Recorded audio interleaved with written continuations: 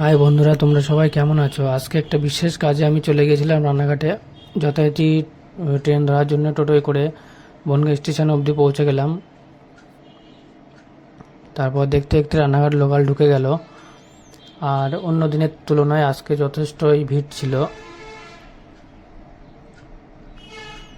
তারপর যথারীতি আমি রানাঘাট স্টেশনে নেমে রানাঘাটের সমস্ত কাজ মিটিয়ে আমরা চলে গিয়েছিলাম 34 নম্বর জাতীয় সড়ক ধরলাম। 34 নম্বর যে জাতীয় সড়ক এখন অনেক ডেভেলপ হয়েছে আগের থেকে। সেই আবার আগের দিনের আগের মতো নেই, এখন এটা 4 লেন হয়ে গেছে, তোমরা এসে দেখতে পারো।